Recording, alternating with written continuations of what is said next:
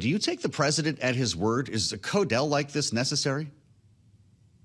Well, the Codell is simply a reaction, excuse me, to a policy that I would describe as unnecessary and misguided.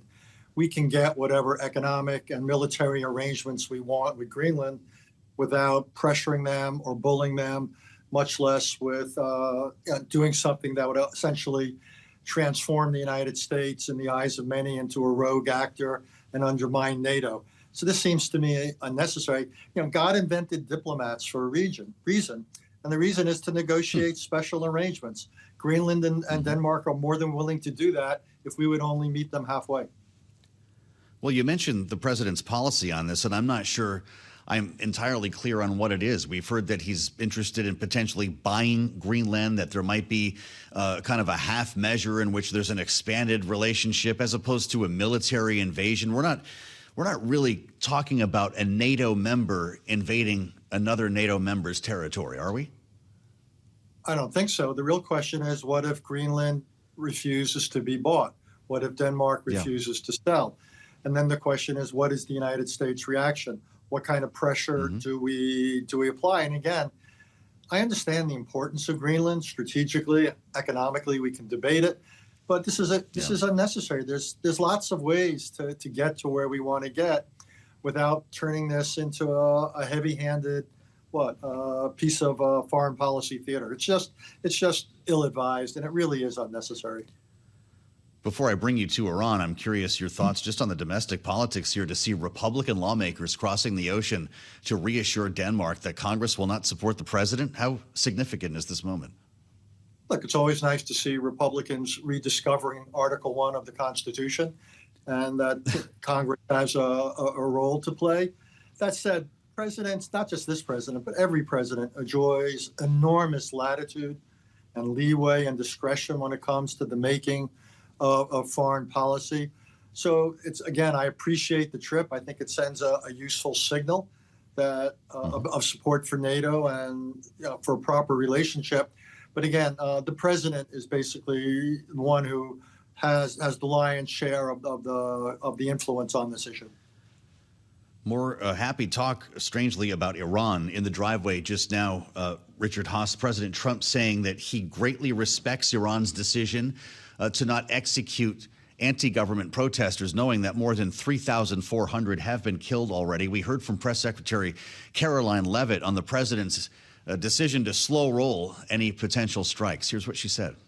The president and his team have communicated to the Iranian regime that if the killing continues, there will be grave consequences. And the president received a message, as he revealed to all of you and the whole world yesterday, that the killing and the executions will stop.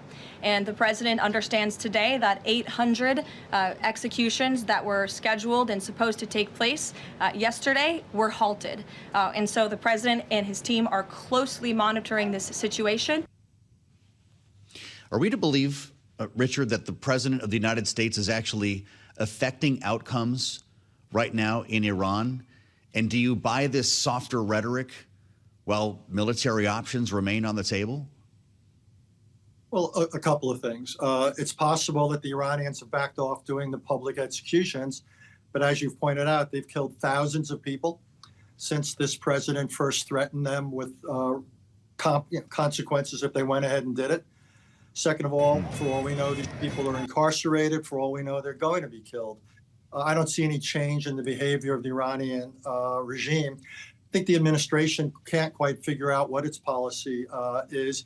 It got very forward on its skis with its rhetoric. It didn't deliver. It didn't back up its words. And arguably, it never should have said those things in the first place. We can't use military force to bring about a change of regime in Iran. We can't use military force to protect individual Iranians protesting the regime. So I really think the administration needs to take a step back and come up with a sustainable policy to try to bring about change in Iran on its nuclear program, its support for proxy groups, on how it treats its own people. And it ought to be a more patient, disciplined program. But we're not going to bring about regime change in an afternoon, even if we were to attack them. Iran simply has too many people in place who want to sustain this system. You write in an op-ed in the Financial Times. Two things can be true at the same time. The Iranian regime is closer to collapse now than at any time since the 1979 revolution, which is quite a statement to hear from you. Yet it is still not on the brink of collapsing. And this was suggested as one of the reasons why President Trump decided not to move, that the military options on the table were not convincing enough that it would, in fact, topple the regime. We've got an aircraft carrier on the way right now. It's probably 2 weeks out, if reports are right. This is the USS Lincoln that's on its way to the Mediterranean. Is that when something happens? But again, we could shoot off, cruise missiles. We could send in some planes, but that's not going to bring about regime change. Regime change takes sustained effort. It's got to be a situation that is incredibly brittle, and then you've got to follow it up. As bad as the situation is in Iran, why does anyone assume that a successor situation would be so much better? Maybe the bad guys would have even more power at that point. Mm-hmm. And you know, and I know, Joe, that this administration, which wasn't prepared to get involved in Venezuela in a serious way, is not going to get involved in a country of more than 90 million people. Yeah, that would make Iraq or Afghanistan look like a cakewalk by comparison. Yeah. So I don't think we're really in a position to promote regime change directly with military force. The real question is using economic tools and the like, whether we can move Iran in a direction that we want to see. Well, even with all the things we're talking about here, President Trump's got a Nobel Peace Prize, I guess, hanging on the wall in the Oval Office. Do we look at this as Donald Trump's Peace Prize now? Nobody looks at it that way. More important, I think the leader of the Venezuelan opposition, I think she was hoping to play Donald Trump by offering him the Peace Prize. She would get a Russian. Instead, she got played. The opposition still has no clear role in the future of Venezuela.